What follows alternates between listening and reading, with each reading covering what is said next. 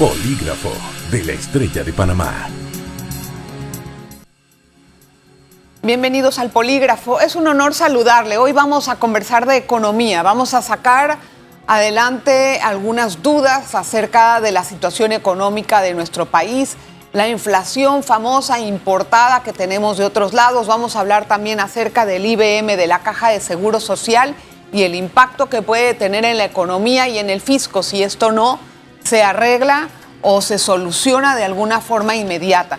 Para esto nos va a ayudar el economista Ernesto Bazán, a quien tengo el honor de presentarle en esta ocasión. Gracias, don Ernesto, bienvenido. Muchas gracias. Gracias por estar acá, de verdad.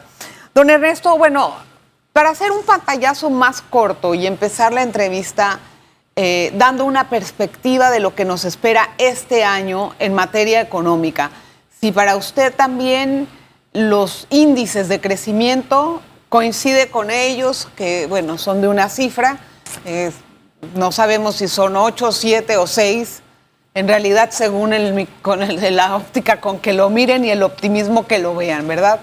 Pero me gustaría entender cuál es su análisis breve sobre las perspectivas de este año, nada más para arrancar. Sí, una de las cosas que nos hemos acostumbrado a analizar es ver el crecimiento del PIB, ¿no? Sí. Ahora, el crecimiento del PIB no necesariamente lo siente el ciudadano de a pie. Así es. Por eso yo propongo que le pongamos una mirada a la tasa de desempleo. Sí. Porque la tasa de desempleo es un mejor indicador de la capacidad de gasto que pueden tener las familias, su capacidad adquisitiva. Cuando nosotros hablamos de crecimiento de PIB, tenemos dos efectos importantes. Primero, tenemos un sector minería que hace 3 años representaba el 2% de todo el PIB y hoy en día está representando el 9% y probablemente va a pasar del 10%. Entonces, tenemos un nuevo sector. Eso está explicando gran parte del crecimiento del PIB, en primer lugar. Y en segundo lugar, como tú sabes, tenemos un efecto rebote porque en el año 2020, que fue el año de la pandemia, muchos negocios estuvieron cerrados, algunos están reabriendo gradualmente, los hoteles están recuperando un poco, pero eso no significa nuevas contrataciones. Claro. Entonces, el crecimiento económico no necesariamente impacta en un mayor nivel de empleo. En pocas palabras y en buen panameño, no se siente el crecimiento económico. Este año podríamos estar entre un 7 a 9% de crecimiento de la economía en el año 2022, pero como digo, tal vez esa es la fotografía que no tenemos que ver. Claro. Lo que tenemos que ver es cómo está el sector laboral. Ok, vamos a hablar del sector laboral. Ahorita mismo hay más o menos 400,000 personas que no tienen empleo y otras tantas miles que me atrevo a decir, no sé, son 600,000 o 700,000 que están en el sector informal, golpeados por la pandemia, que decidieron abrir algún emprendimiento propio, pero no necesariamente esto les ha dado el mismo ingreso que tenían cuando conservaban un empleo, etcétera. La creación de empleos se hace a través de la inversión privada, más que todo. Yo estoy casi segura que usted coincide que el gobierno no es un generador de empleos, más bien es la empresa privada. Puede ser local o extranjera. ¿Hay ambiente en la empresa privada para invertir en el país? Bueno, no del todo, porque recordemos que el sector privado está muy golpeado, sobre todo algunos sectores que han sido el impulso de la economía panameña, el sector construcción, el sector inmobiliario, el sector consumo, el sector comercio minorista, el sector turismo, son sectores que están muy golpeados y no están en condiciones de aportar a una inversión que genere empleo. Pero sí es cierto, en mi opinión, que el Estado puede tener un rol indirecto de generación de empleo. No contratando burócratas, esa no es la forma, pero un rol indirecto a través de la inversión en infraestructura, ¿no? Es decir, en obras, en megaobras, en carreteras, hospitales, puertos, puentes, líneas de metro, ¿no? O sea, creo que de esa manera puede dinamizar porque va a generar un efecto en cadena en otros sectores y se va a convertir en un impulso para la inversión privada, porque al generarse esa demanda de gran magnitud, el sector privado va a visualizar que va a poder hacer negocios y por lo tanto van a invertir y se va a generar empleo, como ya sucedió Pero es hace algunos temporal. años. Son empleos mientras que dura la obra. Bueno, no necesariamente, porque, digamos, eso ayuda a aumentar los niveles de negocio. Es decir, empresas que ya existen ahora tienen mayor capacidad de venta. Sí. Y al tener mayor, digamos, demanda de alimentos, de transporte, ¿no? En fin, de todos los sectores indirectos relacionados con la construcción de obras, lo que va a pasar es que las familias van a tener una mayor capacidad de gasto. Y esa mayor capacidad de gasto se va a convertir en la chispa que se necesita para volver a encender la economía. Pero ¿cuánto falta para eso? Y en realidad, ¿a dónde vamos a quedar con la tasa de desempleo a fin de año? Si ahorita mismo o en diciembre pudo estar calculada según, no sé, según la Contraloría hizo una encuesta que arrojó 14%. 11.3% fue la cifra que arrojó, bueno, pero es una encuesta telefónica que tiene mucho margen de error. Exacto. Mucho margen de error. Un año antes estaba en 18, ¿no? Sí, llegó a estar en 18. O sea, yo prefiero tener la referencia que usted dio al inicio de la entrevista. 400.000 personas sin empleo. Eso está representando para una población económicamente activa de 2 millones aproximadamente un 20% o más de un 20%. Entonces, esa cifra del 11.3% pues puede resultar un poco engañosa, porque cuando llaman por teléfono y preguntan si la persona está ejerciendo alguna actividad remunerada, pues obviamente sí hay personas que algo están haciendo. Entonces, ¿qué es lo que veremos a fin de año con esta tasa de desempleo, cualquiera que sea? Bueno, yo creo que se va a mantener cerca del 20% si las cosas siguen a este ritmo. ritmo. ¿Qué significa? Que el gobierno no ejerce una labor de inversión pública en grandes obras que activen la demanda. Pero entonces, ¿la empresa privada qué va a ejercer? Es decir, todos estamos la empresa recargados privada, en el gobierno. por el momento, está golpeada. O sea, hay algunas empresas que probablemente están bien, pero están muy, muy golpeadas por el efecto de la pandemia. Entonces, de alguien tiene que venir esa iniciativa y lo ideal es que sea de gobierno. O sea, es así como se ha reconstruido países. Alemania después de la Segunda Guerra Mundial, Japón después de la Segunda Guerra Mundial, Estados Unidos después de la crisis del 29. Pero o sea, se está así se ha dejando todo en reconstruido. manos de un gobierno que está prácticamente endeudadísimo hasta la zapatilla. El problema con la gestión económica del gobierno es que tienen demasiados gastos y hay mucho despilfarro. Entonces, se gasta mucho, se gasta mal, y eso no permite que se puedan hacer las inversiones, porque del presupuesto que tú tienes, si estás gastando demasiado, no te queda mucho espacio. Por lo tanto, lo primero que tendría que hacer un gobierno responsable es reducir los gastos. ¿Para qué? Para que haya un espacio para generar inversiones, ¿no? Porque tomar más deuda no es lo más responsable actualmente. Vamos a hablar de esto un poquito más a fondo en el siguiente capítulo del programa, en el siguiente bloque, y no se vaya. Una breve pausa, regresamos enseguida. Polígrafo de la Estrella de Panamá.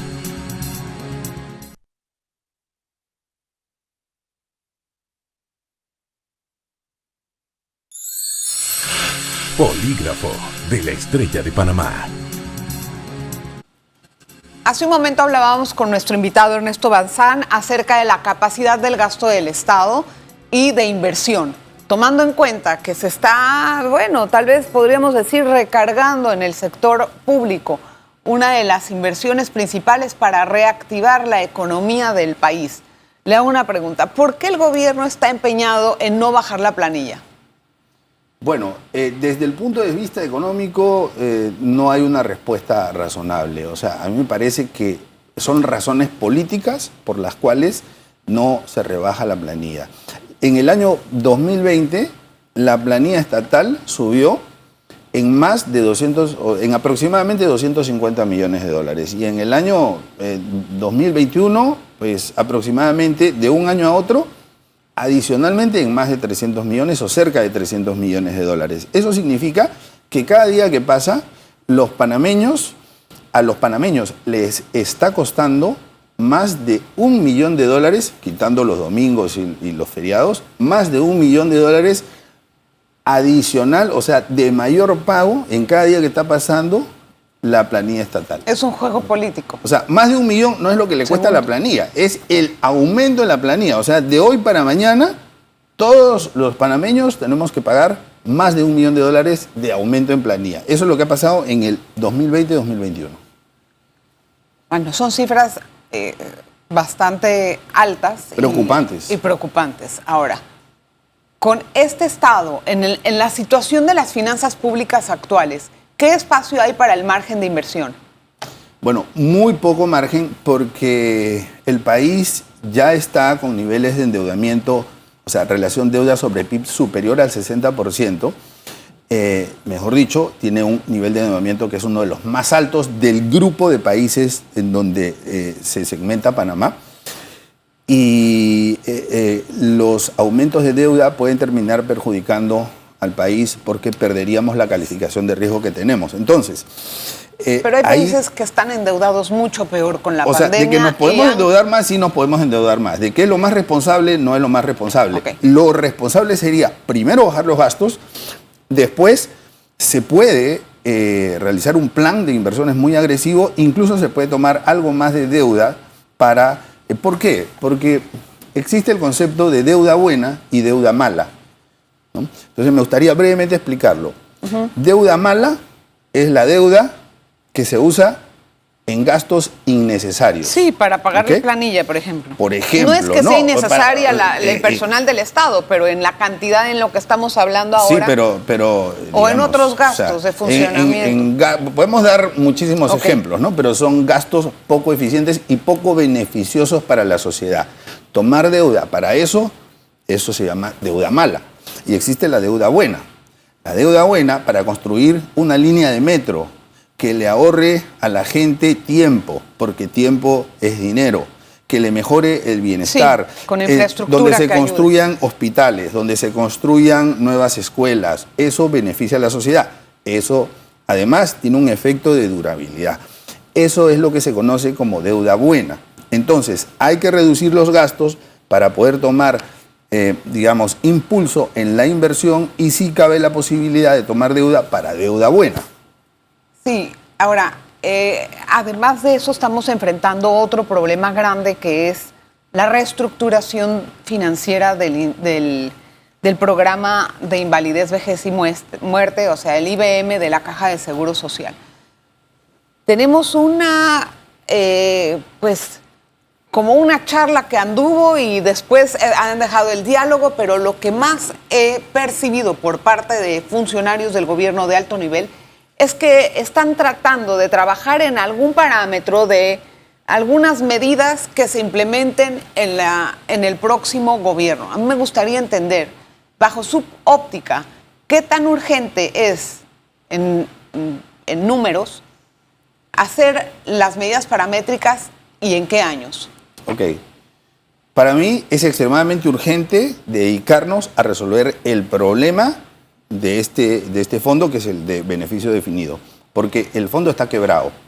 ¿Qué significa eso? Significa que va a llegar el día en que no va a haber dinero para pagarle cheques a los pensionados. Sí. O sea, estamos realmente, claros, y lo vamos a tener probablemente dentro de 2 años. Así como a veces no hay dinero para pagarle a las enfermeras, ese mismo problema lo vamos a tener con los jubilados si no hacemos nada. Entonces, tenemos que prestarle atención.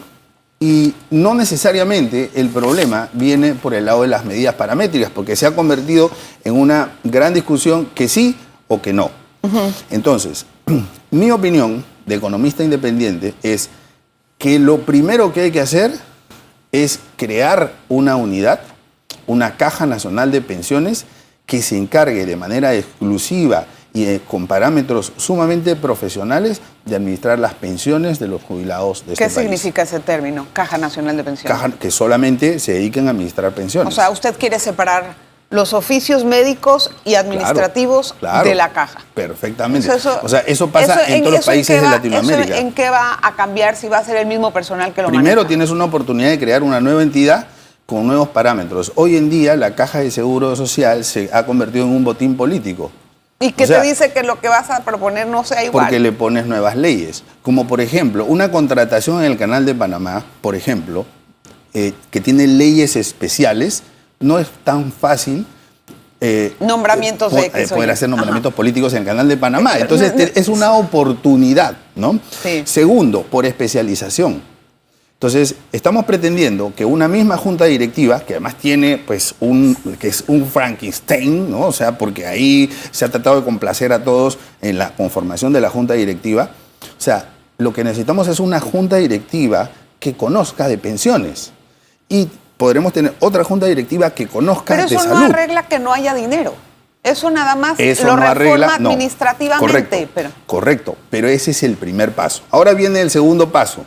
O sea, supongamos que tenemos el terreno bien acimentado para poder construir un nuevo modelo de pensiones. ¿Qué cosa es lo que nosotros necesitaríamos?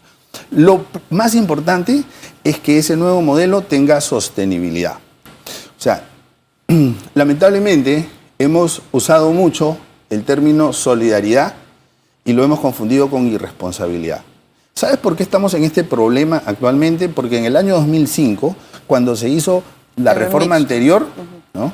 Se sabía que iba a existir este problema, se creó, se dejó vivo un fondo, que es el fondo o el subsistema de beneficio definido, ¿no? Y se dijo, eso que lo paguen después y que lo paguen otros, ¿no? ¿Y con qué dinero? Ya veremos. Y ya en ese momento se sabía que iban a faltar fondos. O sea, eso mismo tenemos que cortarlo de raíz. Y eso se puede cortar de raíz. Entonces, hemos confundido el término solidaridad porque solidaridad es que las personas que más tienen colaboren con los que menos tienen, ¿no? Los de menos ingresos, porque pueden llegar a tener una pensión que no les alcanza para lo básico y lo mínimo, ¿no? Entonces, eso es solidario. Pero no es solidario decir, estas pensiones, ¿cómo lo vamos a pagar? Que lo pague la siguiente generación. No, eso no es solidario. Ernesto, eso está claro, pero yo quiero entender qué medidas paramétricas son las que se deben hacer o si no se deben de poner como lo han sugerido algunos sectores. Las medidas paramétricas, en mi opinión, tienen que ser flexibles. Y paso a explicar. Primero, el sistema de pensiones tiene que basarse en un sistema de ahorro individual. Y ese sistema de ahorro individual tiene que tener un suplemento que ayude a las personas que llegan a tener pensiones dentro del grupo de las más bajas, ¿no? Con un umbral que se tiene que establecer. Ese es el sistema ideal. Ahora, ¿qué va a pasar con el tremendo desorden que existe y que no sabemos, tú, yo, cuánto tenemos en nuestra cuenta individual de la Caja de Seguro Social? Bueno, ahí el gran trabajo es hacer una estimación que el Estado haga un único aporte para cubrir todo el déficit del Fondo de Beneficio Definido, todo el déficit actuarial del subsistema de beneficio definido, y que además haga una estimación como si todos nosotros hubiésemos estado, o sea, aportando porque han perdido el control de cuánto tienen, y luego, a partir de eso, las pensiones se convierten en cuentas individuales. A ver, espérate, porque eso hay que desmenuzarlo más adelante y va a ser después de este corte.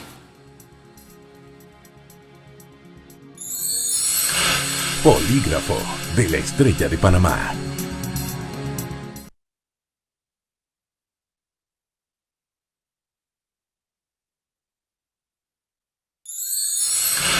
Polígrafo de la Estrella de Panamá. Gracias por continuar en sintonía. Estábamos hablando del IBM. Me estaba diciendo usted que el gobierno o el Estado haga un único aporte del déficit actuarial. Eso puede ser miles de millones de dólares. Va a ser miles de millones, va a ser por miles de millones de dólares. ¿Y de dónde lo sacamos? Bueno, ¿más deuda para pagar eso? Vamos a tener que incurrir en deuda porque es dinero que debemos. O sea, es dinero que le debemos a los pensionados, a los futuros jubilados. O sea, el país lo tiene que pagar. Lo que pasa es que lo ha administrado mal. Y nadie quiere ver ese problema. Sí, pero no me parece que el Estado, o sea, por una mala administración terminamos pagando todos. Eso es ridículo. Exactamente, por una mala administración terminamos pagando todos. Entonces, lo que hay que hacer, primero, es evitar que ese problema se vuelva a repetir. ¿Cómo? Con un sistema de ahorro individual, que no vuelva nunca más a comprometer los recursos fiscales. Como aquí tenemos la consecuencia de que en los años anteriores no se administró adecuadamente las pensiones, tenemos que romper el chanchito, romper la alcancía, como se dice. ¿Para qué? Para poder cubrir ese déficit de una sola vez y a partir de ahí iniciar un nuevo modelo de pensiones. No sé si me gusta esa idea de que el gobierno tiene que cubrir el déficit actuarial. Entonces pero bueno, no le vamos a poder pagar a los jubilados. Entonces no hacemos medidas paramétricas tampoco. Bueno, las medidas cuando tenemos un sistema de ahorro individual, las medidas paramétricas pasan a un segundo plano. ¿Por qué? Porque el que se quiere jubilar temprano, que se jubile temprano. Con lo que tiene. Con lo que tiene. Ya Entonces, le diremos, usted se quiere jubilar ahora, tiene 55 años. Es como una cuenta navideña. De ahorros. ¿No? Es como una cuenta navideña. Si tú ahorras los 12 meses, pues tienes un mejor ahorro. Si no, no. Bueno. Hay otros temas importantes que no quiero dejar pasar en este programa y es la inflación. Mira, Ernesto, en Estados Unidos la inflación se calcula para que fin de año puede estar en 5%.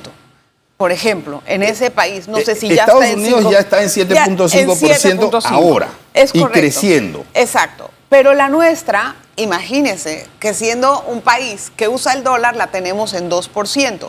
2.6 al cierre de diciembre. No está mal. No está mal, pero hay que ver lo que se viene. Lo de otro. Ahora, está mal comparado con otros años, que es prácticamente de 0.5 nuestra inflación.